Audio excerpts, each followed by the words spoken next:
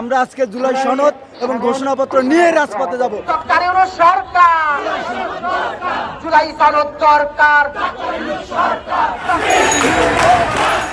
জুলাই ঘোষণাপত্র ও জুলাই সনদের বাস্তবায়ন এখনো হয়নি। কি ঘোষণা হবে সে বিষয়ে সরকার আন্তর্জাতিকভাবে নির্ধারণ না করায় গত কয়েকদিন ধরে চলছে আন্দোলন।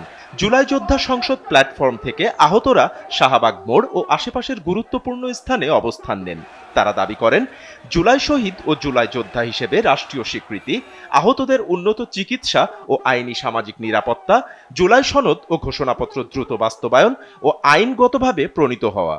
আন্দোলনে সমাজের ভিত্তি রাজনৈতিক দল নয়, বরং অনেকে বলেন আমরা শুধু জুলাই চেতনায় বিশ্বাসী।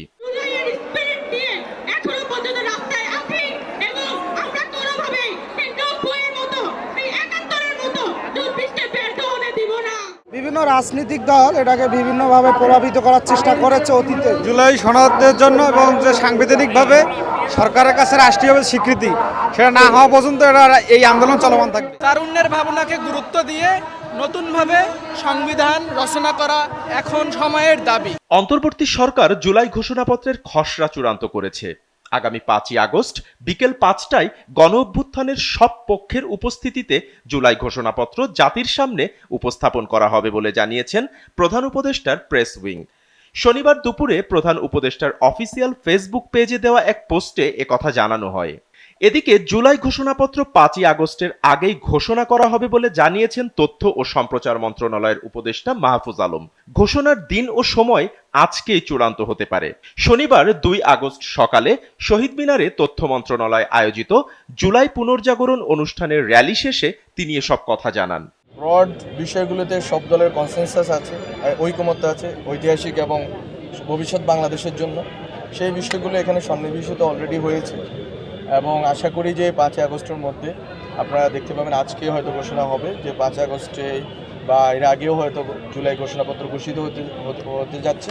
মাহফুজ বলেন, জুলাই সনদ আর ঘোষণাপত্র আলাদা জিনিস। সনদ হচ্ছে সবগুলো রাজনৈতিক দলগুলোর সঙ্গে আলোচনা করে পৌঁছানো একটি সিদ্ধান্ত এবং জনসম্মুখে প্রকাশ করা হবে এমন একটি ডকুমেন্ট। কিন্তু জুলাই চেতনায় উদ্বুদ্ধ সকলের মনে একটাই প্রশ্ন, জুলাই সনদ আর ঘোষণাপত্র নিয়ে কেন সরকারের এত টালবাহানা? 1 বছর হয়ে গেলেও কেন সরকার আজও দিতে পারেনি এই স্বীকৃতি? তিনি কেন ব্যর্থ হয়ে যাচ্ছেন? তিনি আমাদের দেবেন না কিছুর জন্য, আমাদের জন্য তিনি বাংলা স্বাধীন বাংলাদেশ পেয়েছে। এই আন্দোলনের দাবি এখন শুধুমাত্র স্মৃতির পুনরুজ্জীবন নয়, বরং এটি এখন একটি আইনি স্বীকৃতি ও সামাজিক নিরাপত্তার দাবি। যদিও কিছু পদক্ষেপ ইতিমধ্যে হয়েছে, তবে আন্দোলনকারীরা দেখছেন প্রতিশ্রুতির বাস্তবায়ন এখনো পাওয়া যায়নি। আন্দোলনের দৃঢ়তায় স্পষ্টভাবে বোঝা যায় তারা শুধু স্মরণ নয়, চাই কার্যকর সনদ ও ঘোষণাপত্র। আমরা বাংলাদেশকে পৃথিবীর মঞ্চে নতুন এক বাংলাদেশ দেখতে চাই।